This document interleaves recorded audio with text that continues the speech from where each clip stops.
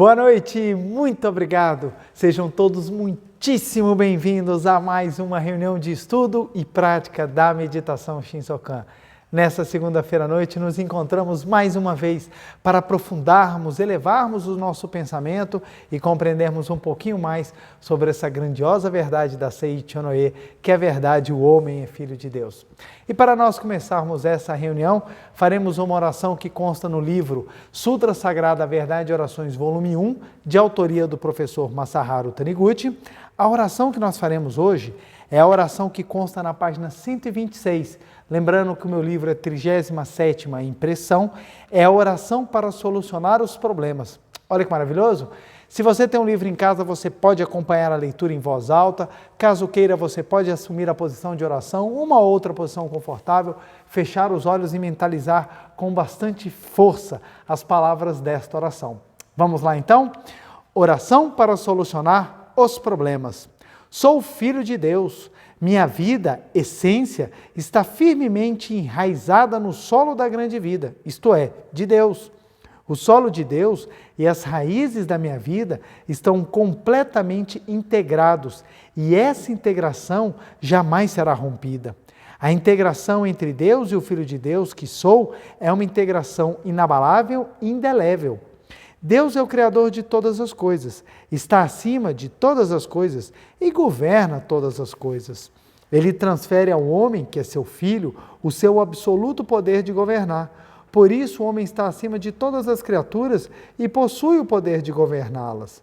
Fazer com que elas se coloquem em seus respectivos lugares e desempenhem suas respectivas funções, e assim harmonizar todas as coisas e estabelecer o paraíso na Terra. Todos os problemas são estimulantes para despertar e ativar a força infinita que se aloja no Filho de Deus. Os problemas não surgem para nos causar sofrimentos. A vida é planejada de tal modo que o amor, a sabedoria e a força do nosso interior possam ser dinamizados por intermédio dos problemas.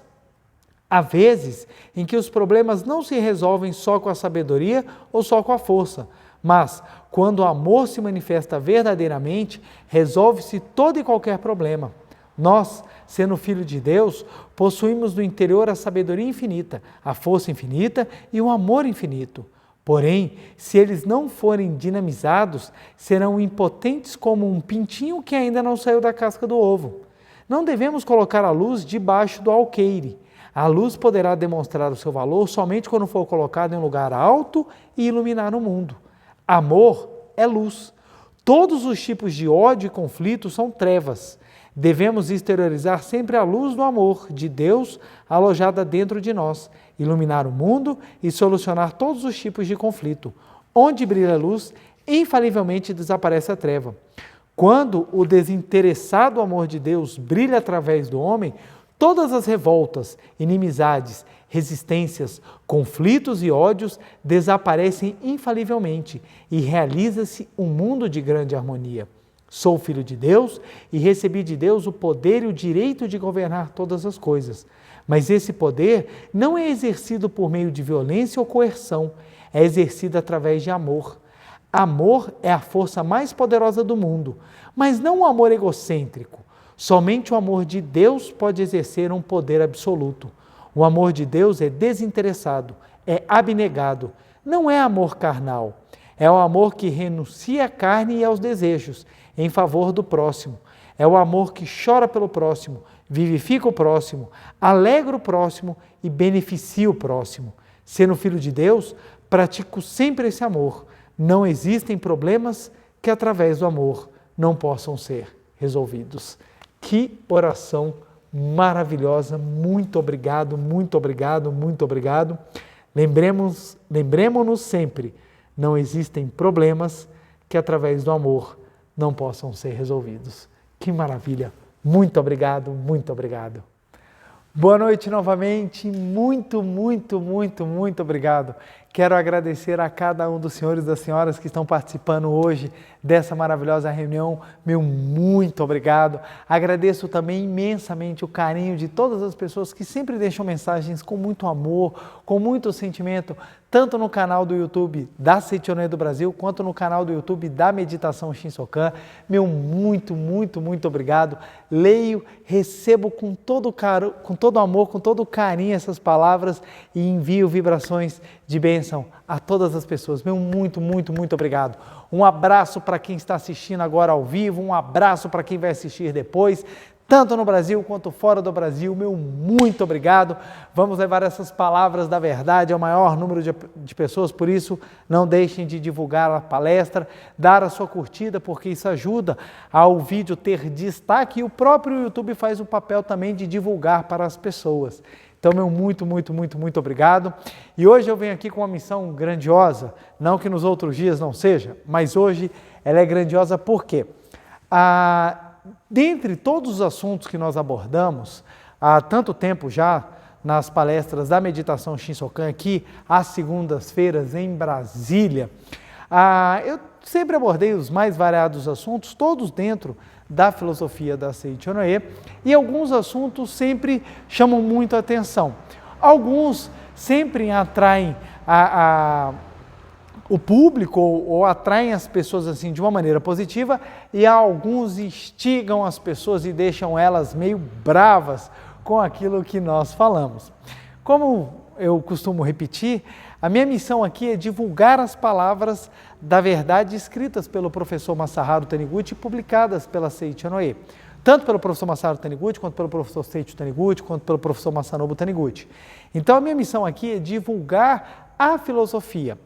E muitas vezes divulgar a filosofia nós tocamos em pontos dos quais as pessoas não acreditam, não concordam e até acham que é o contrário do que nós falamos.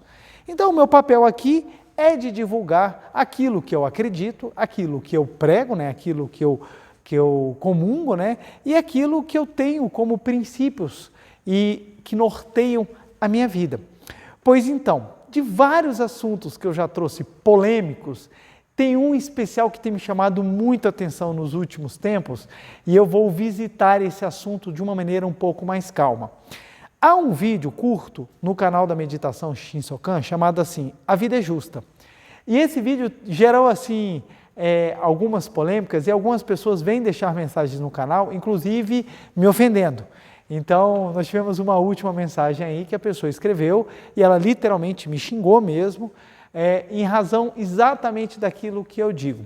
Então, eu pensando nisso, eu falei, interessante, eu preciso trazer esse assunto, ou eu preciso abordar esse assunto de uma forma que fique mais compreensível, de uma forma que as pessoas possam, pelo menos, entender. Não necessita concordar, mas pelo menos entender. Então, ele é um assunto vasto, não vou esgotar, por óbvio, não vou esgotar. Eu vou tentar abordar os principais pontos, que é muita coisa mesmo. Então, primeiro ponto que eu quero que entenda, o volume de assunto é muito grande. Eu vou tentar abordar numa das linhas de raciocínio os principais pontos. Não vou terminar nessa palestra, então esse assunto já vai ser abordado em duas palestras, a de hoje e a da próxima segunda-feira. E dentro disso eu vou tentar aprofundar em alguns aspectos. Então, isso aqui é assunto, gente, que daria para falar durante horas e a gente ainda não esgotaria. E tem outras vertentes e outros pontos. Então, fiquem tranquilos, não é intenção esgotar tudo, mas eu pretendo pelo menos abordar os principais pontos e vão ter outros detalhes, outras vertentes que poderiam ser faladas, mas talvez eu não consiga pela questão da limitação do tempo. Então, o primeiro ponto que eu quero pedir, tenham paciência. Se você está assistindo esse vídeo, tenha um pouco de paciência. Eu peço que você pelo menos assista para que você possa compreender a linha de raciocínio, as bases filosóficas, lógicas que estão por detrás e, na conclusão, se você não concordar, não tem o menor problema. Você é livre para acreditar ou não, você é livre para concordar ou para aceitar ou não. O ponto que eu quero é que antes de você pré-julgar ou antes de você já falar, isso tudo não é verdade, você pelo menos escute. Hoje nós precisamos ouvir mais, porque as pessoas já tiram conclusões sem nem ao menos analisar os argumentos. Então, o título da palestra é bem chamativo, e essa era a intenção. A vida é justa? Exatamente porque isso que as pessoas normalmente ou não acreditam, ou elas vão de frente, elas batem e falam, não é, é um absurdo. E é isso que nós vamos abordar aqui agora. Então, vamos lá. Volto a frisar, é muito conteúdo, eu vou tentar falar a vida é justa. Por que que esse assunto ele é tão intrigante? Ele é tão assim, ele mexe tanto com as pessoas. Porque há um pensamento comum entre as pessoas de que a vida não é justa. Então as pessoas repetem isso de uma maneira assim muito automática. A vida não é justa, a vida não é justa. Você vê pessoas boas adoecendo, você vê pessoas horríveis sendo promovidas, você vê pessoas que já são ricas ficando mais ricas, você vê pessoas pobres ficando mais pobres, você vê pessoas maravilhosas morrendo de uma maneira trágica, você vê pessoas ruins esbanjando saúde, então as pessoas já falam, a vida não é justa. Só que tem um detalhe muito interessante. Quando a gente vai analisar as premissas desse pensamento, a gente chega na seguinte conclusão. Olha que interessante. Bom, a vida é justa? As pessoas que falam não, a vida não é justa. Então tem pessoas que falam, não, a vida não é justa. Quando você afirma que a vida não é justa, o que é que está por detrás desse pensamento? Não é justa. O que está por detrás disso? Ora, vamos raciocinar. Quem criou a vida? Para quem não acredita em nada, o acaso. Então vamos lá. Para quem é ateu, é o acaso. Aconteceu. A vida surgiu da mera evolução ou do mero desenvolvimento da matéria. Desenvolvimento da matéria. Não há uma origem com sabedoria. É a mera evolução e o mero desenvolvimento da matéria. Para quem é ateu, então, a vida surgiu do acaso. Para quem acredita e tem uma fé religiosa, quem é que criou? Deus ou qualquer outra denominação ao ser criador. Se a gente for pegar, por exemplo, outras linhas religiosas, Jeová, Alá, não importa, o nome que seja, a origem é aquele que é o Criador. Bom, se Deus é que criou a vida, no momento em que você afirma que a vida não é justa, então você está afirmando que Deus criou com falhas. Criou com falhas. Aí você fala. Então, olha que interessante. Ou, quando você afirma a vida não é justa, ou você está afirmando não existe Deus, e é o acaso, então simplesmente uma sequência de acontecimentos, que se nós ainda formos aprofundar um pouco mais, a gente pode chegar à conclusão. Ora, que desenvolvimento e evolução é essa que cria uma vida tão sublime, uma vida com tantas peculiaridades, mas é incapaz de desenvolver uma equidade ou capaz de desenvolver uma forma de manifestação dessa vida em que você tenha justiça. Então, a evolução e o desenvolvimento materiais não são algo grandioso, e sim uma consequência ou um defeito de uma evolução imperfeita ou até de uma involução. Desenvolvimento, estamos desenvolvendo um pensamento. Então, no acaso não há sabedoria. Então, o acaso é uma bagunça que gera hoje ao que nós vivemos, que é uma vida que não é justa. No pensamento de quem é ateu e acredita que a vida não é justa. Quem tem fé religiosa e acredita que a vida não é justa, então está afirmando que Deus, ao criar, criou com falhas. Pois bem, se Deus, que é o perfeito, criou com falhas, chegamos à seguinte conclusão: ou Deus não é perfeito, ou Deus é sádico. O que é sádico? É aquela pessoa que gosta de ver o outro sofrer. Mas sadismo não é um sentimento sublime. Portanto, se Deus é sádico, é porque ele é imperfeito, ele não é perfeito. Então, ou seja, ou Deus é imperfeito, ou Deus é sádico, mas se Deus é sádico, ele é imperfeito. Então, ou seja, qualquer coisa que eu colocar aqui, ó, Deus não observou a criação, Deus não é absoluto, Deus não é puro amor, qualquer coisa que nós colocarmos aqui vai levar à imperfeição. E esse é um ponto que nós trabalhamos também num vídeo chamado Paradoxo de Epicuro, que foi um pensador grego, que ele vai trabalhar exatamente essa questão de olhar a criação, ver que a criação não é justa e afirmar que o problema está com Deus.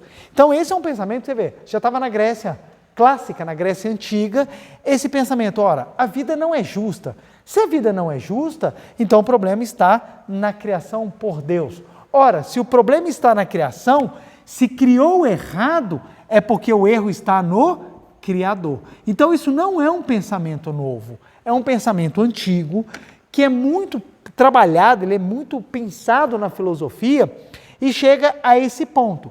As pessoas falam, mas às vezes elas não têm a noção daquilo que elas estão falando. Então olha só, tem pessoas com fé religiosa que falam Deus é maravilhoso, mas acreditam piamente que ele é imperfeito.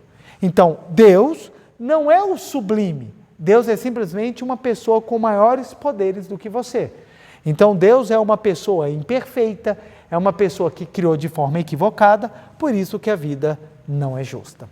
A filosofia da Seichonoye, ela vem e ela traz como principiologia a perfeição divina. Então toda a construção do seu pensamento parte dessa premissa. Então nós afirmamos a vida é justa. Isso choca algumas pessoas. Isso choca. E o que eu vou tentar explicar é exatamente, a vida é justa? E a resposta é, sim, a vida é justa. Por que a vida é justa? Mas, preletor, você não está vendo as mazelas do mundo? Pessoas boas morrendo, pessoas más com saúde, pessoas boas pobres, pessoas ruins roubando dinheiro, pessoas assim maravilhosas que acabam ficando sozinhas e pessoas que não merecem nada, encontrando outras pessoas para viver o amor. Será que você não enxerga isso? Sim, eu vejo. Eu trabalho no Poder Judiciário. O que não falta é desgraça para eu ver. Eu observo isso todos os dias. O meu trabalho é no âmbito da desgraça. Então, presta bem atenção. Não estou falando da justiça parcial, estou falando de algo mais complexo. É por isso que eu estou falando. Aguardem desenvolvermos todo o assunto para que você possa chegar a esta, ou concordar ou discordar da conclusão. Vamos lá. Vou apagar isso aqui, porque isso aqui é apenas a explicação preliminar do pensamento de quem acha que a vida não é justa. Se é ateu, é o acaso, e o acaso ele é anárquico, ou seja, ele cria sem ordem, é uma anarquia, ou se tem uma fé religiosa, consequentemente, acaba acreditando que Deus falhou na criação. Ora, se Deus falhou na criação, é porque a falha já era inerente a Deus.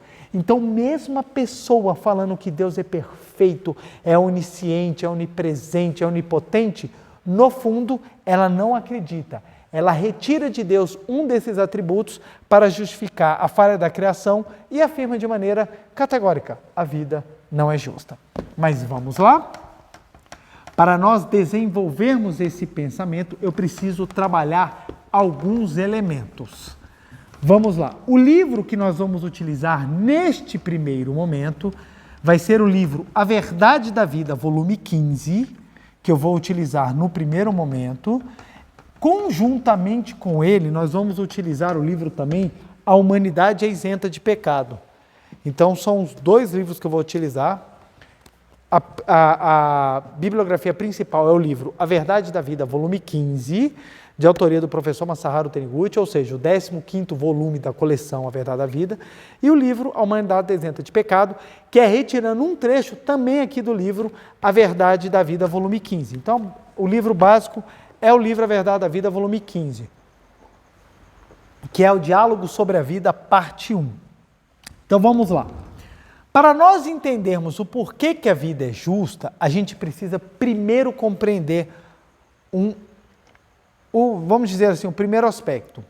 A vida não, vamos lá, ela não se limita ao pequeno período de tempo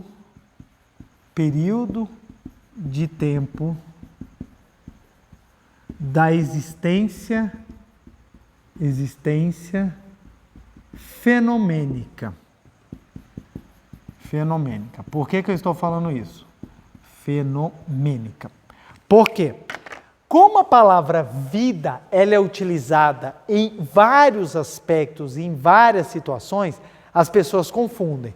Então, quando eu falo a vida, as pessoas já pensam, vida é o tempo entre o meu nascimento e o meu falecimento. Isso é vida. Essa vida que começa com o seu, entre aspas, essa vida que começa com o seu nascimento e termina com o seu falecimento, vou chamar de pequeno período de tempo da existência fenomênica. Então, a vida não é esse pequeno período de manifestação ou pequeno período de tempo da existência fenomênica. Não é isso a vida é mais ampla. Esse pequeno período que nós chamamos comumente de vida é um período de experiência, é um pequeno período só, não é a sua vida, ou seja, a sua vida não começa no seu nascimento e não termina no seu falecimento. Ah, preletor, eu não acredito nisso, não tem problema. Mas o ponto é o seguinte, se você não compreender que há algo antes e que há algo depois, você tem consequências ou você acaba tendo conclusões em relação a esse pensamento que podem te gerar a sensação de injustiça e a sensação de vazio, de falta de objetivo e simplesmente falta de missão na sua existência. Mas chegaremos lá. O ponto primeiro que precisa entender é o seguinte, a vida não se limita ao pequeno período de tempo da existência fenomênica. A vida não é esse pequeno período. A minha vida não começou quando eu nasci e ela não vai terminar quando eu morrer. A vida ela é maior do que isso. Então vamos lá.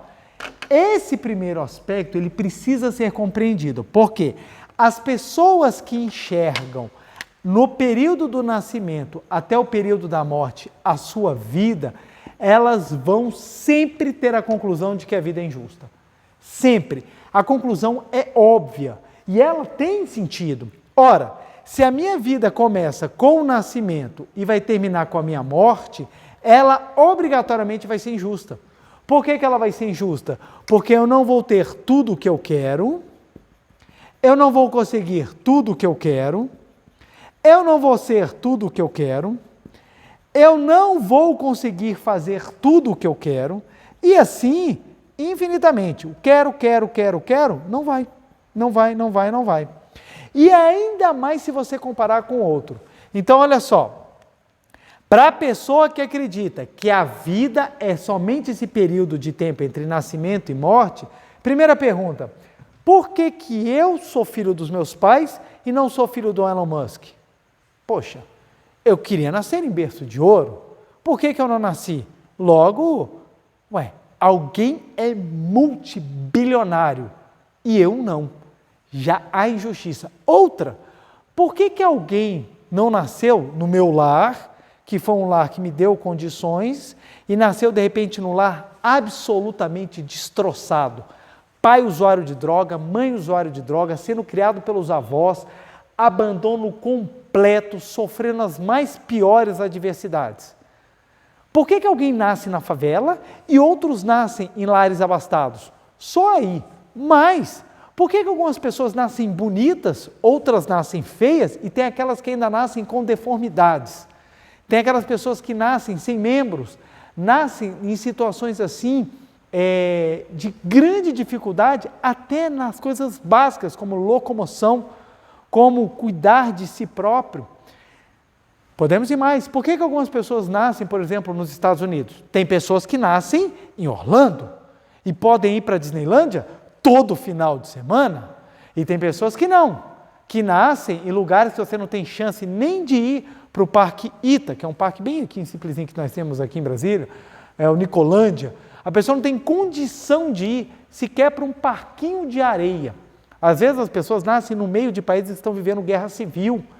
Imagine só, uma mulher nasce na França, ela pode andar do jeito que ela quiser, e uma mulher nasce no Afeganistão, onde você está tendo agora rompimentos violentos dos direitos civis em razão do novo governo que lá se impera. Então o que acontece? Só nessa questão você já fala, só o seu nascimento já não tem justiça. E na morte então, fulano era tão jovem, cheio de vida e morreu, e nós temos aquelas pessoas horrorosas que estão aí 120 anos ligados nos aparelhos e ainda continuam fazendo maldade e não morrem. Aí você fala, então é injustiça total. Então, olha só, quem se apega ao pequeno período de tempo da existência fenomênica chega infalivelmente à conclusão de que a vida é injusta. E olha que eu vou te falar, se você sentar para conversar com aqueles que têm, eles vão falar a mesma coisa, a vida é injusta. Primeiro porque quem tem, sempre tem alguém que tem mais. Segundo, quem tem coisas materiais nem sempre tem outros aspectos, ninguém consegue ter tudo. Então tem pessoas que têm muita matéria, mas têm pouco afeto. E isso faz falta. E essas pessoas trocariam tudo que eles têm para ter afeto. E tem outras pessoas que têm muito afeto e queriam trocar todo o afeto para ter bens materiais. Então, se você for observar, é uma percepção muito particular, é muito subjetiva. E acaba levando todo mundo a um pensamento de que a vida não é justa.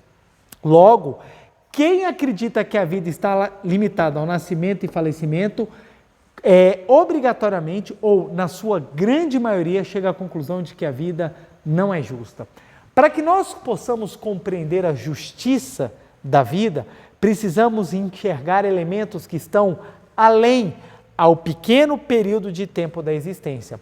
Nós temos 4 elementos, e são esses 4 elementos que eu vou discorrer para que nós possamos compreender o porquê que nesse pequeno período manifesta-se a sua experiência de vida.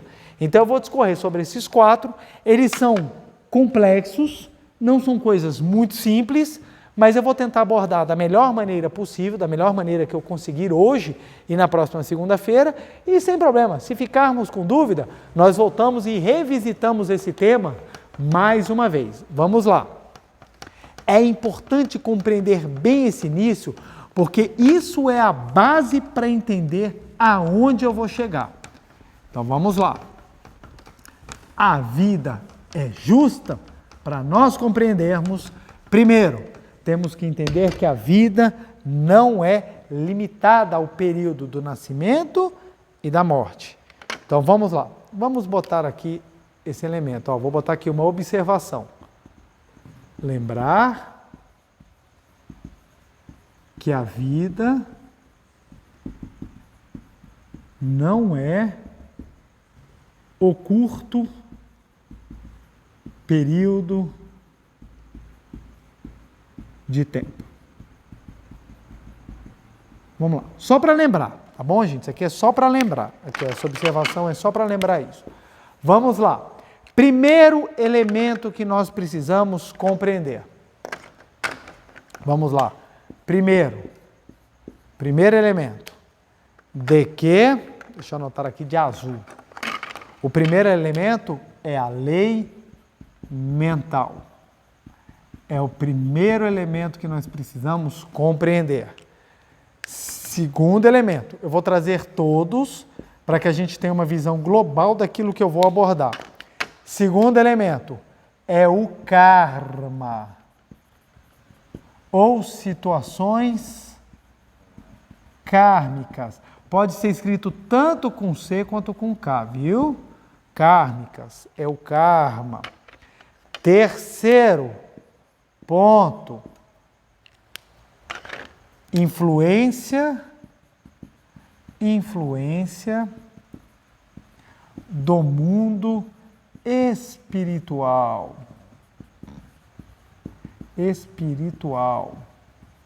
E quarto elemento é o conceito de missão. Então vamos lá. Precisamos compreender esses 4 elementos para nós termos a visão global da experiência da nossa curta vida, para nós compreendermos: a vida é realmente justa? Vamos lá. Vou tentar abordar agora esses 2 primeiros elementos.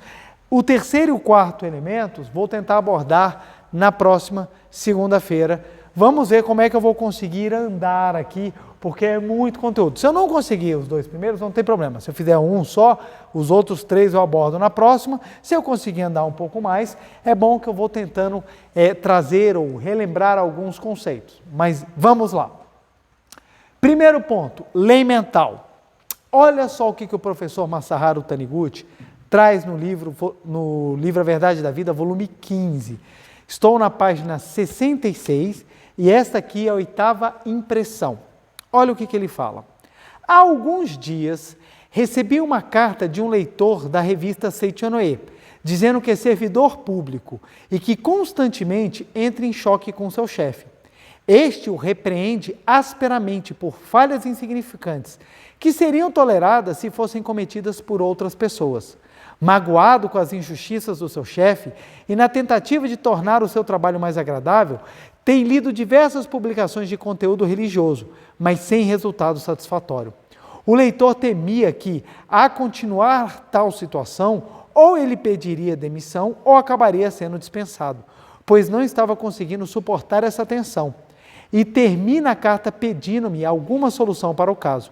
Respondi-lhe, então, em resumo. Então, é o mestre, professor Masaharu Taniguchi, contando como é que ele respondeu a carta de um leitor.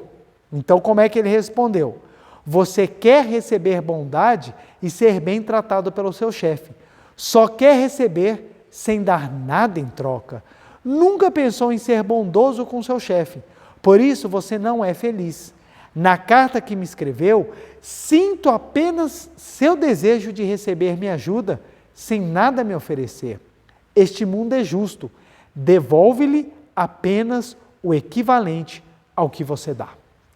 Que coisa profunda. Continua. Na Seichonoe, esta verdade é denominada lei da mente. Só recebemos aquilo que damos.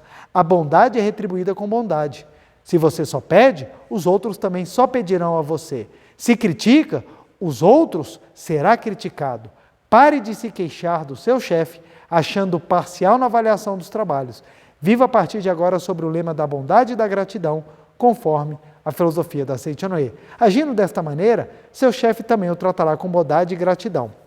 Aí ele continua explicando sobre isso. Mas o ponto que eu quero focar é que, este mundo é justo, devolve-lhe apenas o equivalente ao que você dá. Na Seichonoe, esta verdade é denominada lei da mente. Então, a lei mental, ela é exatamente a concretização daquilo que nós temos dentro. Ela é a manifestação, deixa eu anotar em outra cor. Ela é a manifestação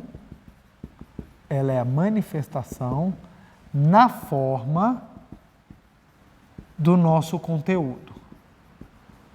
Então, ou seja, o que é a lei mental? É a manifestação na forma, no mundo fenomênico, no mundo palpável, do nosso conteúdo. Então, tem muitas pessoas que vão falar assim, não, eu sou extremamente agradável, mas as pessoas são desagradáveis comigo. Pode ser que em alguns atos você consiga ser agradável, mas em outros você não tem uma postura agradável. E mais, às vezes você age falsamente de uma maneira agradável, mas internamente você não está sendo agradável. Quantas pessoas recebem visitas de parentes e falam, fulano, que saudade, e por dentro está, que raiva que eu tenho de você, como eu detesto você. Na aparência está assim, nossa, como eu gosto de você. Quantas vezes noras e sogras sofrem porque na aparência estão sorrindo, mas por dentro estão, bruxa, velha, fica querendo se meter e a sogra fica, olha lá, essa metida, essa imprestável está roubando meu filho. Então, o conflito, ele vem dentro do mundo mental e concretiza na forma aquilo que é o nosso conteúdo. Então, tem muitas pessoas que só querem receber ajuda e são incapazes de ofertar alguma ajuda. E isso faz com que a lei mental se manifeste. O quê? A carência que a pessoa sempre pensa ou guarda dentro de si, manifesta-se em forma de carência no mundo das formas. Então, ou seja, o mundo das formas, ele é consequência daquilo que nós carregamos. Então, conhecer a lei mental, você já vai entender, olha que interessante, a lei mental, ela é o reflexo do meu conteúdo. É uma maneira que a vida tem de te mostrar o que você está fazendo errado. Como é que nós vamos aprender? Como é que nós vamos descobrir que nós estamos fazendo errado? Olhando aquilo que está ao nosso redor.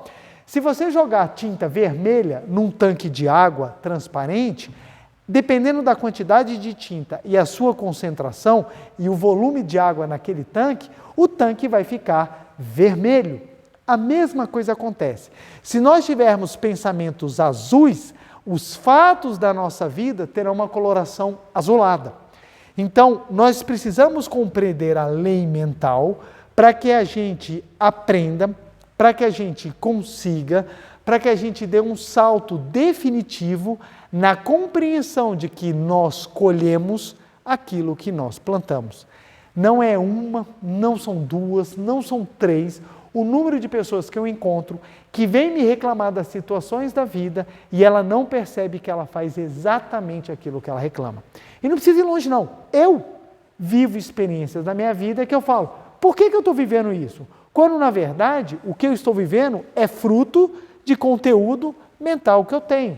Alguns são facilmente perceptíveis, outros estão sedimentados no fundo do subconsciente e são de difíceis acessos ou de difícil acesso, porque o conteúdo, né? Então, olha só, tem meninas e rapazes que quando jovens mesmo, crianças, ou até mesmo assim, bebês ainda, veem ou observam brigas dos pais assim muito feias e gravam dentro de si a ideia, nossa, casar é horrível porque quem casa briga. Então, papai que eu amo, mamãe que eu amo, brigam demais e eu não quero isso para a minha vida. Então, a solução é não casar. E grava isso no subconsciente. Não se lembra mais disso quando já chega na fase da adolescência, quando começam a surgir a vontade de você ter relacionamentos, não se recorda mais, mas está dentro de si gravado. E quando chega na idade adulta para casar, não consegue se vincular a ninguém, não consegue fazer um relacionamento prosperar, não consegue dar continuidade.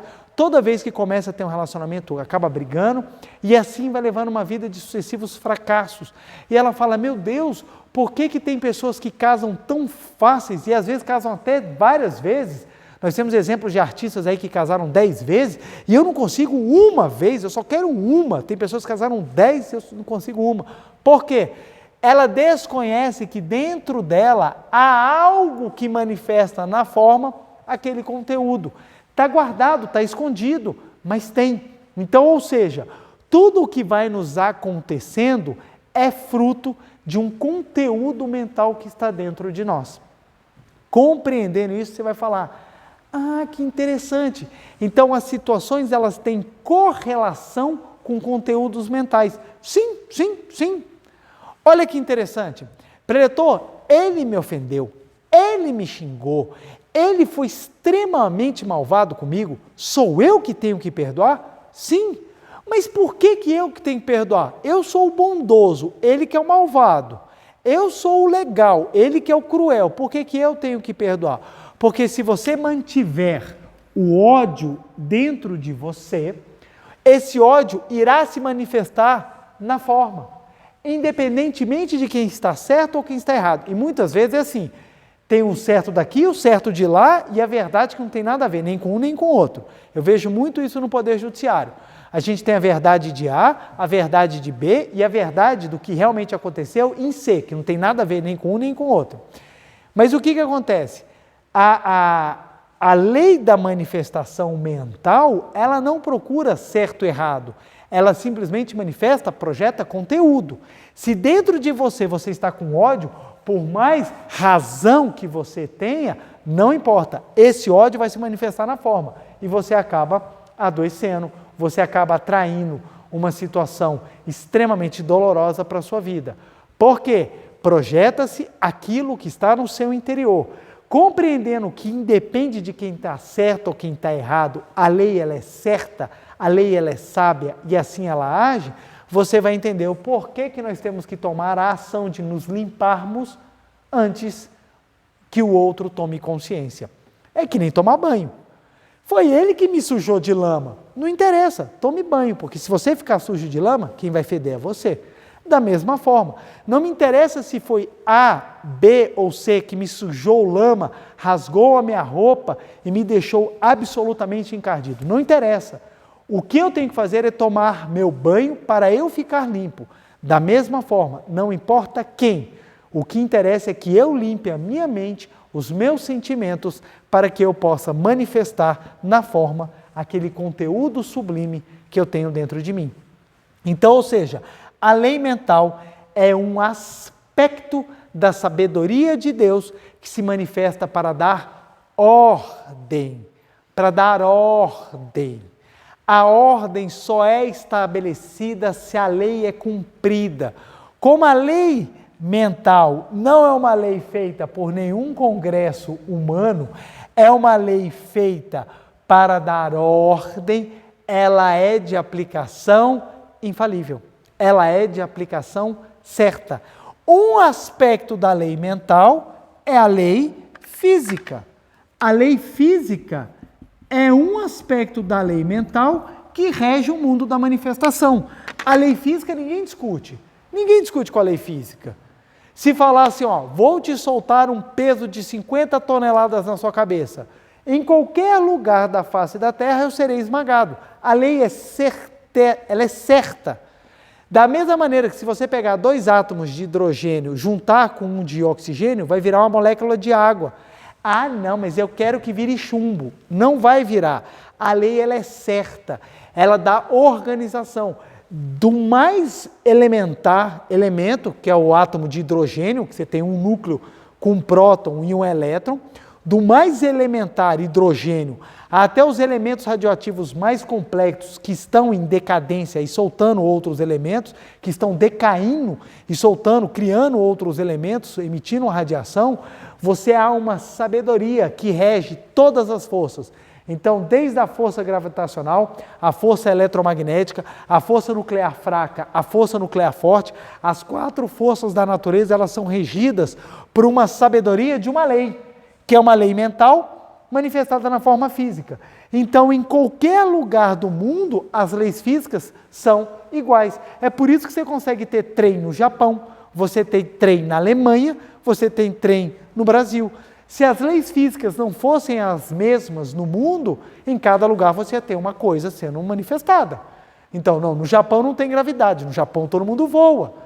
Na Alemanha, pelo contrário, todo mundo afunda. Lá a gravidade tem 3 vezes mais força do que todo mundo, do que nós temos normalmente no nível do mar, no restante do mundo. Mas não, as leis físicas, elas são sábias. Como a lei física é um aspecto da lei mental, então eu posso concluir que a lei mental ela também tem uma aplicação tão precisa como a lei física.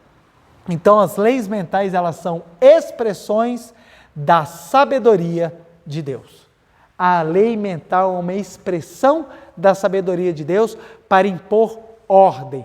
Se você não tiver ordem, se você não tiver previsibilidade, se você não tiver uma decorrência lógica, você não consegue ter progresso e muito menos manifestação. Então a manifestação só existe porque é a ordem. Se os átomos se reunirem de uma maneira que não seja sábia, você não consegue formar moléculas complexas. Se você não formar moléculas complexas, você não consegue chegar a sequer um pequeno trecho de DNA. Você imagine criar vidas complexas, inteligentes, sensitivas e vidas maravilhosas como a do ser humano e dos animais mais compostos, né? Então, ou seja, para que nós tenhamos o básico, é necessário ter ordem. Então, nós já compreendemos, esse mundo tem ordem. Por que que as pessoas sofrem tanto? Porque elas desconhecem a ordem e desconhecem as leis da manifestação. Então, nós estamos abarrotados de pessoas que não sabem disso, saem fazendo o que querem e não querem colher o resultado dos seus atos. Ou seja, eu faço o que me dá na telha, mas eu não quero que manifeste o conteúdo que há dentro de mim. Quantas pessoas chutam os amigos e depois reclamam pela falta de amigos? Quantas pessoas chutam a família e depois reclamam do abandono afetivo? Quantas pessoas falam palavras ruins, pregam coisas ruins e quando vivem coisas ruins na sua vida, reclamam da má sorte? E assim, inúmeros exemplos que nós podemos dar, assim, sem ir longe, só no nosso convívio a gente já consegue observar isso. E aí o que acontece? Aprendemos sobre a lei mental não para apontar e criticar as pessoas, mas para que nós tomemos consciência e possamos trabalhar na mudança do nosso conteúdo. Então, qual é a primeira proposta da Seichonoye? Ensinar e nos auxiliar a mudar o nosso conteúdo mental. Se nós mudamos o nosso conteúdo mental, com toda certeza nós mudamos a manifestação. Então, a primeira coisa que nós ensinamos, preletor, por que eu tenho que ter uma mente grata? Por óbvio, quando nós temos um conteúdo grato dentro de nós, como é que é a manifestação? Semelhante atrai semelhante. É por isso que falam, a plantação é livre, a colheita é obrigatória. Se você quer mudar os abacaxis e pepinos que hoje você colhe, é que você precisa mudar a sua plantação. E mudar a plantação é trabalhar o seu conteúdo. Então, beber uma água aqui. Desculpa a tosse, isso aqui no microfone deve ir assim, buf, na casa de vocês, me desculpem. Então, na lei mental, nós compreendemos que a manifestação é fruto do conteúdo. Então, nós temos que trabalhar o conteúdo. Primeiro aspecto, então, a vida não é uma coisa que veio ao acaso? Não. A vida não é um acaso. A vida é reflexo do seu conteúdo. Poxa, então quer dizer que se o que eu estou vivendo agora não é o que eu queria, é porque o que está dentro de mim não é condizente com o que eu quero? Isso. Se você quer viver um amor, você precisa amar. Se você não conseguir amar, você não vai viver um amor. Quantas pessoas eu vejo que elas só querem para mim. Eu quero o amor do meu pai, eu quero o amor da minha mãe, mas são incapazes de amar. E presta atenção, como na oração, viu? Não é o amor não é o amor egocêntrico. Para você receber o amor da vida, você precisa manifestar o amor abnegado. Você precisa manifestar o amor de Deus. Quando você tem dentro de si o conteúdo do amor de Deus, na sua vida manifesta-se o próprio amor de Deus. Então, precisamos compreender. Primeiro elemento, a lei mental. A lei mental, ela compõe a experiência do curto período de existência da nossa vida fenomênica. E ela termina com a nossa morte? Não. Ela continua no mundo espiritual. Então você vai chegar no mundo espiritual, quem já entende, compreende essa ordem, já chega no mundo espiritual já sabendo, tenho que trabalhar, tenho que crescer e tenho que melhorar cada vez mais o meu conteúdo. Por quê? Você vai para o mundo espiritual para um lugar condizente com o seu conteúdo mental. Olha que bacana nós entendermos isso, porque você já sabe, tanto aqui quanto lá, eu preciso ter um conteúdo melhor. Por isso que nós precisamos melhorar e por isso que o seu maior patrimônio é o seu caráter, é o seu sentimento, é a elevação dos seus pensamentos. Porque um caráter firme, de bons pensamentos e elevados sentimentos, não só te faz ter uma vida aqui digna, como também já te prepara para uma existência contínua com grande dignidade. Tem pessoas que falam, não, a vida não é justa, mas quando eu morrer eu vou para o céu. Espera lá. Se a vida não é justa aqui e foi Deus que criou, quem te garante que você vai para o céu? E segunda, quem te garante que o céu vai ser o paraíso? Ora, se aqui foi criado por Deus e foi com falha, o céu também pode ser com falha. Olha como é que a gente começa a pegar algumas falhas no desenvolvimento do raciocínio que faz a gente parar para pensar, poxa, é verdade, eu nunca tinha chegado a esse ponto.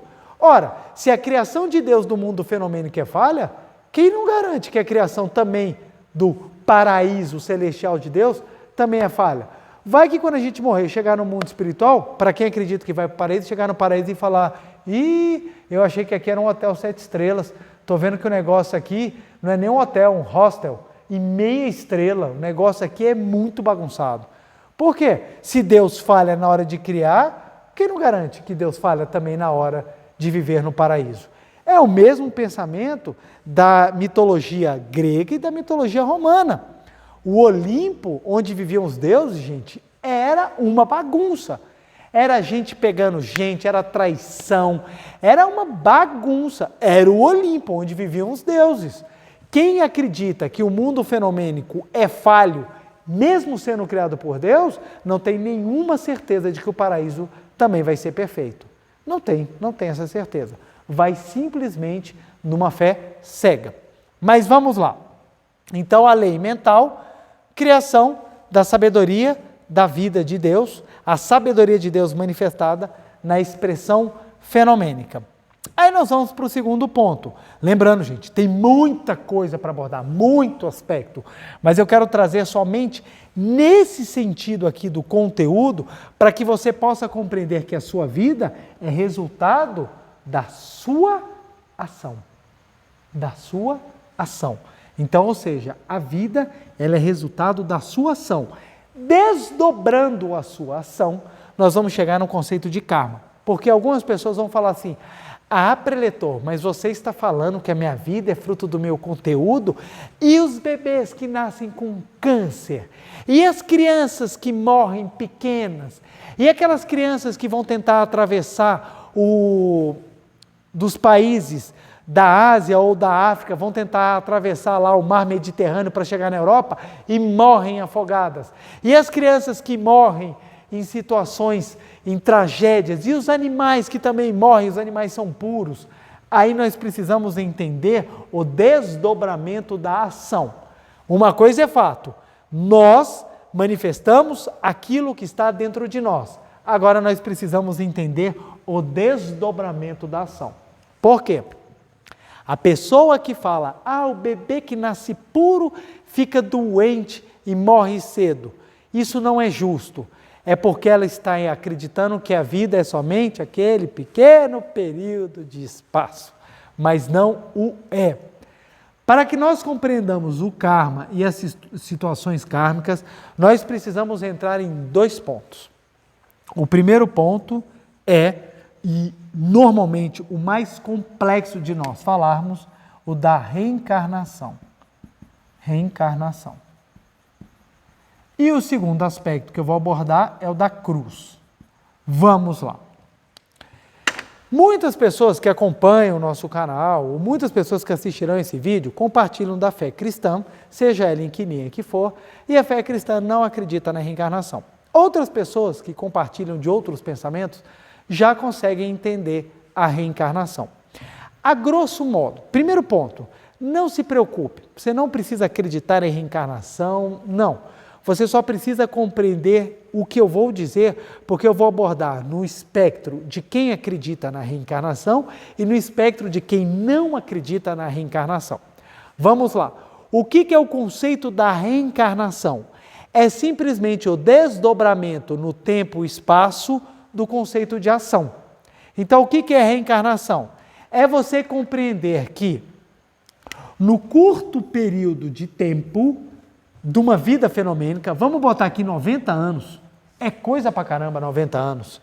No curto período de tempo de 90 anos, é impossível você aprender tudo o que é necessário para o pleno desenvolvimento da sua natureza divina, ou para desenvolver todas as lições que você precisa aprender. Portanto, você tem que vir várias e várias vezes para o mundo fenomênico para aprender as missões. Esse nascer, morrer, nascer no mundo espiritual, morrer no mundo espiritual, nascer no mundo fenomênico, morrer no mundo fenomênico, nascer no mundo espiritual, morrer no mundo espiritual, nascer no mundo fenomênico, dá-se o nome de reencarnação. Então, o que seria a reencarnação? Momentos em que você exerce papéis diferentes na vida fenomênica para você aprender as suas lições. Pois bem, para os cristãos, eles vão falar assim, não existe reencarnação, a Bíblia Sagrada não fala em reencarnação, mas a Bíblia Sagrada também traz o conceito de desdobramento da ação. Não traz, pelo menos essa versão da Bíblia Sagrada que nós temos hoje em dia, não traz expressamente o conceito de reencarnação, mas traz o conceito de cruz. Cruz aqui que eu digo, no sentido em que várias vezes é trazido os ensinamentos. Cada um carrega a sua cruz. Ora, se cada um carrega a sua cruz, quer dizer que as pessoas já nascem com pesos e medidas diferentes. As pessoas já vêm com missões diferentes. Então, tanto no conceito cristão, que não acredita na reencarnação, quanto no conceito de reencarnação, em ambos tem o mesmo princípio de que as pessoas vêm diferentes, os animais vêm diferentes, as situações vêm diferentes, os tempos são diferentes.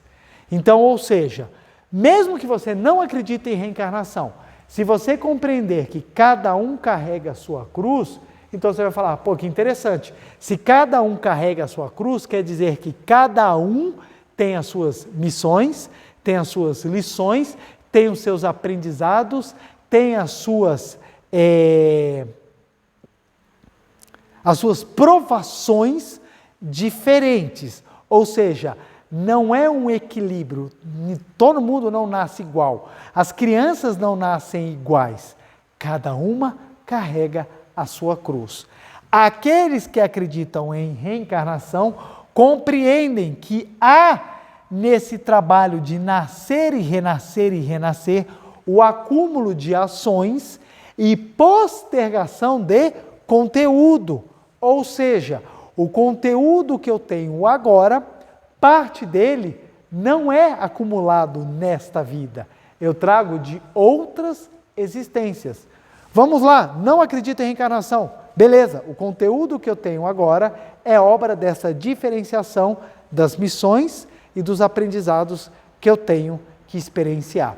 Então, ou seja, uma coisa é fato, o nosso conteúdo já vem impregnado de coisas anteriores. Então, presta só atenção. Só entender da lei mental, entender a lei mental já é maravilhoso, mas só entendê-la não é o suficiente para responder tudo. Precisamos compreender que o conteúdo que nós temos, ele é desdobramento de ações anteriores, se você acredita no conceito de reencarnação, ou de pesos e medidas diferenciadas pelas provações que você precisa vivenciar pela sua experiência. Muitos cristãos dão a essa cruz o nome de desígnios de Deus, missão de Deus ou vontade do Pai. Não importa o nome que você dê, uma coisa é fato, é uma diferenciação, é uma medida divergente em relação a uma outra pessoa, a um grupo de pessoas. Então, logo, no conceito de reencarnação ou no conceito de cruz cristão, você tem uma diferenciação do conteúdo ocasionado, seja por uma vontade superior, seja por ações anteriores. Por isso que a Seitonê é bem tranquila. Eu não acredito em reencarnação. Não tem problema. O objetivo da Seitonê não é estudar a reencarnação. Explicamos a reencarnação para que possamos compreender o conceito de karma, para que possamos compreender o conceito da construção do nosso conteúdo. Mas o foco da Seitonê é viver o agora. É viver o agora. O foco da Seichono é viver o agora. Então é nós trabalharmos o conteúdo. Mesmo que eu tenha vindo com muitas coisas anteriores, não importa, eu posso mudar o meu conteúdo. Então o conceito da Seichono de vida é no agora e não ficar preso naquilo que aquilo que aconteceu, aquilo que foi gravado no passado. Então o que é o karma ou situações kármicas? São aquelas vibrações mentais que estão gravadas dentro de nós, seja nesta existência ou de existências anteriores, seja nessa existência ou daquelas provações que eu preciso passar, que todas as vezes que tem numa oportunidade, acabam manifestando. Então, ou seja, você acaba vindo com algumas coisas que você não sabe explicar o porquê e elas acabam se manifestando porque você tem karmas, situações kármicas ou uma cruz dentro de você que precisa ser trabalhada. Olha só que interessante que fala no livro A Humanidade Isenta de Pecado. Está na página 71, o meu livro é a 8ª edição. Página 71, 71. Podemos comparar o karma a uma gravação. Se gravarmos nossa voz numa fita ao entoarmos uma canção ou pronunciarmos um discurso, posteriormente poderemos ouvir essa mesma voz toda vez que tocarmos a fita no gravador. Do mesmo modo, as vibrações mentais que ocorrem no momento em que um pensamento passa pela nossa cabeça ficam gravadas como uma causa em nosso disco mental. Sempre que surgir uma oportunidade, o disco mental emitirá as vibrações mentais registradas. Então, aquele pensamento que tivemos no passado manifestar-se-á concretamente sob a forma de algo palpável, de alguma doença, de alguma situação, etc. Assim é a ação do karma. Sempre que surgir uma oportunidade, o disco mental emitirá as vibrações mentais registradas. Então, aquele pensamento que tivemos no passado, qual o passado? Todo o passado. Para quem acredita na reencarnação, todo o passado. Todo o passado. Então, nós somos compostos por um gigantesco disco mental, que nós não temos ideia do tamanho dele, que na Seichono nós damos o nome de subconsciente. A esse gigantesco disco mental tem inúmeras gravações, e essas gravações, de acordo com a oportunidade, elas vão se projetando no mundo fenomênico. Ou seja, a lei mental da manifestação, ela se posterga, ou seja, ela manifesta-se além do pequeno e curto tempo de espaço de uma vida. Se você não acredita na reencarnação, as situações do seu conteúdo se manifestam com aquilo que você faz agora e com aquilo que lhe foi passado de missão para você aprender. Então, olha que interessante, o karma são as vibrações mentais que já estão em você, e elas podem ser criadas a todo momento, viu? Você está assistindo essa palestra, você está gerando um bom karma, porque você está tendo sabedoria, você está aprendendo, você está crescendo os seus pensamentos, você está desenvolvendo o raciocínio. Isso é um bom karma, que vai ser gravado dentro de você. Então, a cada segundo, a cada milésimo, nós estamos gravando karmas, positivos ou negativos. Tem pessoas que têm uma boa sorte gigantesca. Por quê? Bons karmas gravados no seu conteúdo. Tem pessoas que nascem já com uma alma nobre. Isso vem de quê? De bons sentimentos, boas ações gravadas anteriormente. A criança, as pessoas têm muito aquele conceito, a criança é pura. Nem toda criança nasce pura, viu? Tem menino que já em ter idade começa a manifestar uns negócios assim que você fala, isso não é de Deus não, viu? Tem uns meninos em ter idade que já tem umas coisas que você fala, cara, de onde é que veio isso? Porque, mesmo em ter idade, aquela criança já está manifestando karmas que ela vem trazendo de uma forma de um conteúdo mental não muito correto. Então, o que acontece? Compreender o karma e as situações kármicas é importantíssimo, porque nós precisamos entender que a ação da manifestação do nosso conteúdo, ela age antes e continua agindo depois da sua pequena existência fenomênica. Por isso que é importante nós compreendermos a lei mental, da manifestação do conteúdo, e o karma, que existem situações kármicas positivas ou negativas que nos influenciam. Não é à toa que na Setionê nós aprendemos que metade do nosso destino está na mão dos karmas. Precisamos trabalhá-los, precisamos sublimar, precisamos melhorar o nosso conteúdo, trabalhando o agora e tomando bastante cuidado para nós mudarmos o que nós trabalhamos ou o que nós gravamos ontem. Um exemplo clássico, na minha adolescência, tinha um pensamento de pobreza honrada muito grande. Enquanto eu não retirei esse pensamento de pobreza honrada, eu não consegui manifestar a provisão na minha vida. Esse pensamento de pobreza honrada foi um karma que eu gerei na minha vida. Enquanto eu estive com esse karma dentro de mim, não manifestava a provisão. Quando eu abandonei esse karma e mudei visivelmente, mudei assim para valer o meu conteúdo, passou a jorrar a provisão na minha vida. Então hoje eu tenho sorte em muita coisa que eu faço. Isso não acontecia antigamente. Por quê? Porque eu mudei a vibração mental do meu interior. Eu mudei o meu karma. Ok? Nosso tempo se esgotou. Vou continuar na próxima segunda-feira. Peço a vocês que continuem, assistam essa palestra novamente. Segunda-feira que vem eu retomo a partir daqui. A gente continua para terminar o nosso assunto. Vamos para a nossa meditação Shinsokan, porque a prática da meditação Shinsokan melhora o nosso conteúdo e ajuda a gente a eliminar os karmas negativos e gravar cada vez mais karmas positivos. Meu muito obrigado e vamos para a meditação. Uma reverência. Muito obrigado, muito obrigado. Vamos então sentar e assumir a posição da meditação Shinsokan. Lembrando que hoje nós faremos uma meditação Shinsokan diferente. Uma das modalidades da meditação Shinsokan. São várias modalidades. O professor Masaharu Taniguchi traz elas no livro Explicações Detalhadas da Meditação Shinsokan. E no livro de minha autoria, Meditação Shinsokan, Ver e Contemplar Deus, eu trago a meditação Shinsokan básica, mais 5 variações.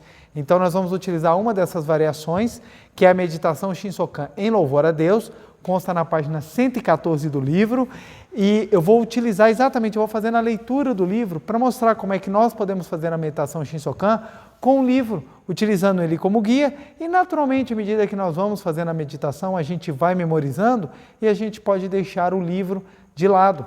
E o bom é que no livro vem em negrito aquilo que nós podemos falar, né? E em letra normal, aquilo que é para nós pensarmos ou uma orientação dada para nós levarmos o nosso pensamento, guiarmos o nosso pensamento. Tá bom? Então, recomendo muito a leitura do livro e que façam a meditação Shinsokan, acompanhando, estudando e compreendendo ainda mais. Então, vamos lá? Em posição de oração, mãos justapostas, em frente ao rosto, semblante sereno, tranquilo. Vamos fazer o canto evocativo de Deus. Canto evocativo de Deus. Ó Deus Pai, que dais vida a todos os seres viventes, abençoai-me com vosso Espírito. Eu vivo não pela minha própria força, mas pela vida de Deus Pai que permeia os céus e a terra. As minhas obras não sou eu quem as realiza, mas a força de Deus Pai que permeia os céus e a terra. Ó Deus, que vos manifestastes através da Seitanoe para indicar o caminho dos céus e da terra, protegei-me. Deus, muito obrigado, muito obrigado, muito obrigado. Neste momento, deixo o mundo dos 5 sentidos e entro no mundo da imagem verdadeira. Aqui onde estou é um mundo da imagem verdadeira. Aqui onde estou é um mundo da imagem verdadeira. Visualizemos com os globos oculares da mente todos os recantos do mundo da imagem verdadeira. Visualizando assim um mundo totalmente iluminado pela luz da imagem verdadeira. Contemplemos essa luz, considerando-a não uma luz material, mas a luz da sabedoria, do amor, da vida, da provisão, da alegria e da harmonia de Deus. Visualizando esse resplandecente cenário, mentalizemos com profunda emoção. Ó, como é sublime o mundo da imagem verdadeira criado por Deus. Ó, como é sublime o mundo da imagem verdadeira criado por Deus. Está preenchido de infinita sabedoria de Deus. Está preenchido de infinito amor de Deus. Está preenchido da infinita vida de Deus. Está preenchido da infinita provisão de Deus. está preenchido da infinita alegria de Deus, está preenchido da infinita harmonia de Deus. Nutrindo assim um real sentimento de louvor a Deus, mentalizemos: neste mundo da grande harmonia, eu, como filho de Deus, estou recebendo de Deus a sua infinita força vivificante. Dessa forma, sentimos que estamos inspirando lentamente as 6 virtudes de Deus, ou seja, a força vivificante de Deus. Inspiremos lentamente o ar pelas narinas, sem pensar que estamos inspirando um simples ar, mas a resplandecente força vivificante de Deus. Inspirando o ar mais lentamente possível, visualizemos que algo luminoso flui do alto da cabeça para todo o corpo. Enquanto inspiramos, mentalizamos com um sentimento de louvor: ó, está fluindo em mim a força vivificante de Deus. Ó, está fluindo em mim a força vivificante de Deus. Ó, está fluindo em mim a força vivificante de Deus.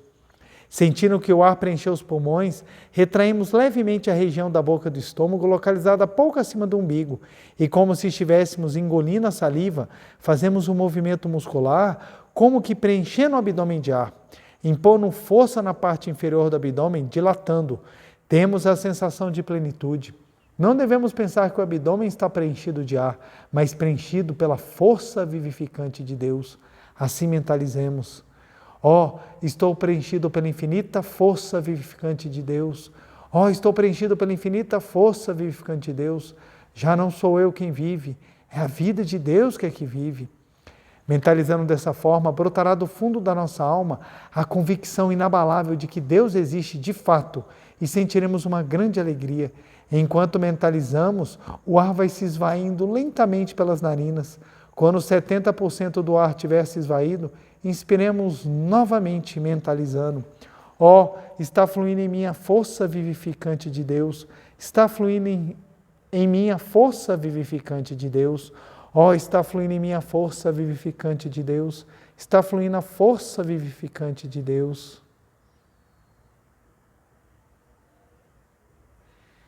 Sentindo o abdômen preenchido de ar, mentalizemos: ó, estou preenchido pela infinita força vivificante de Deus, estou preenchido pela infinita força vivificante de Deus. Já não sou eu quem vive, é a vida de Deus que é que vive. Ó, estou preenchido pela infinita força vivificante de Deus, estou preenchido pela infinita força vivificante de Deus. Já não sou eu quem vive, é a vida de Deus que é que vive. Soltamos o ar e inspiramos novamente: ó, está fluindo em mim a força vivificante de Deus, está fluindo em mim está fluindo em mim a força vivificante de Deus. Jogamos o ar para o baixo ventre, fazendo uma pequena força, dilatando o estômago, para termos a sensação de plenitude enquanto mentalizamos: ó, estou preenchido pela infinita força vivificante de Deus.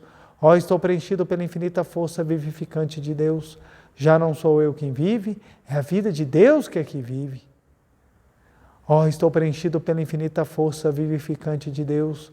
Ó, estou preenchido pela infinita força vivificante de Deus. Já não sou eu quem vive, é a vida de Deus que é que vive.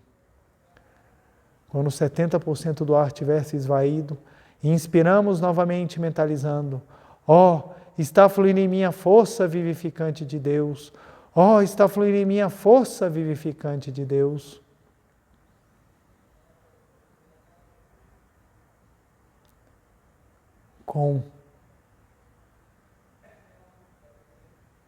Estando preenchido, mentalizemos: ó, estou preenchido pela infinita força vivificante de Deus. Ó, estou preenchido pela infinita força vivificante de Deus. Já não sou eu quem vive, é a vida de Deus que é que vive. Ó, está fluindo em mim a força vivificante de Deus. Ó, está fluindo em mim a força vivificante de Deus. Com o abdômen preenchido: ó, estou preenchido pela infinita força vivificante de Deus. Ó, estou preenchido pela infinita força vivificante de Deus. Já não sou eu quem vive, é a vida de Deus que é que vive. Inspirando: ó, está fluindo em mim a força vivificante de Deus. Ó, está fluindo em mim a força vivificante de Deus.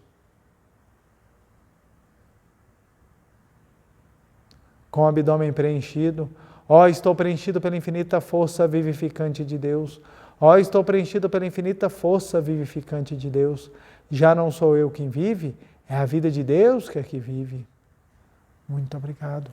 Agora vamos fazer esse processo em silêncio por alguns minutos, sentindo a vida de Deus fluindo, a força vivificante de Deus no nosso interior.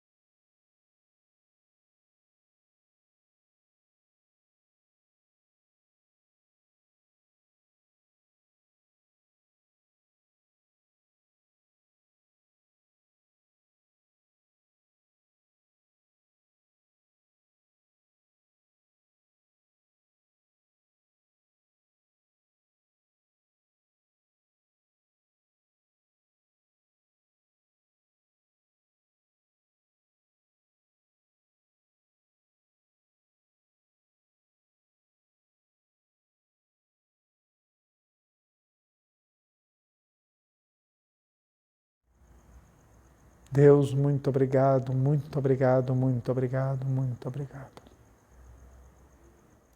Oração pela manifestação da imagem verdadeira do Brasil. Neste momento, fluindo do mundo da imagem verdadeira, a infinita sabedoria e infinito amor de Deus. Através dessa infinita força, o Brasil se torna tão perfeito como já o é no mundo da imagem verdadeira. Deus, muito obrigado. Neste momento, fluindo do mundo da imagem verdadeira, a infinita sabedoria e infinito amor de Deus. Através dessa infinita força, o Brasil se torna tão perfeito como já o é no mundo da imagem verdadeira. Deus, muito obrigado. Visualizemos a imagem verdadeira do Brasil. Oração pela paz mundial. O infinito amor de Deus flui para o meu interior e em mim resplandece a luz espiritual de amor. Esta luz se intensifica, cobre toda a face da terra e preenche o coração de todas as pessoas com espírito de amor, paz, ordem e convergência para o centro. O infinito amor de Deus flui para o meu interior e em mim resplandece a luz espiritual de amor. Esta luz se intensifica, cobre toda a face da terra e preenche o coração de todas as pessoas com espírito de amor, paz, ordem e convergência para o centro. Deus, muito obrigado. Visualizemos a paz mundial. Canto da grande harmonia. A harmoniosa vida de Deus ilumina o universo e no mundo reina a paz. A harmoniosa vida de Deus ilumina o universo e no mundo reina a paz. Muito obrigado, muito obrigado. Fim da meditação. Podemos desfazer a posição. Farei agora a reverência. Uma reverência. Muito obrigado, muito obrigado, muito obrigado. Muito obrigado pela participação de cada um dos senhores e das senhoras na noite de hoje. Meu muito, muito, muito obrigado. Como eu disse, tenham paciência e vamos aguardar um encerramento de toda a abordagem do assunto para que nós possamos chegar à conclusão do nosso tema, que é tão instigante e, como eu disse, provoca muitas as emoções das pessoas. E nosso dever de casa nessa semana, deixa eu puxar aqui o quadro. Nosso dever de casa essa semana vai ser exatamente, primeiro, fazer a nossa meditação Shinsokan todos os dias e segundo, repetir a frase, viva agora na proteção e bênção de Deus. Viva agora na proteção e na bênção de Deus. Vamos botar um na aqui, ó. Viva agora na proteção e na bênção de Deus. Vamos repetir isso aqui, gente, pelo menos umas 300 vezes, exatamente para que a gente possa fazer a lei mental agir ao nosso favor, para que a gente possa gravar bons pensamentos, gerar bons karmas na nossa existência, para que a gente possa compreender ainda mais e manifestar ainda mais a justiça de Deus. Então, vamos fazer esse dever de casa com bastante empenho e com toda certeza nós teremos uma semana abençoadíssima e nos vemos na próxima segunda-feira para continuarmos o assunto. Meu muito obrigado, feliz semana e até mais!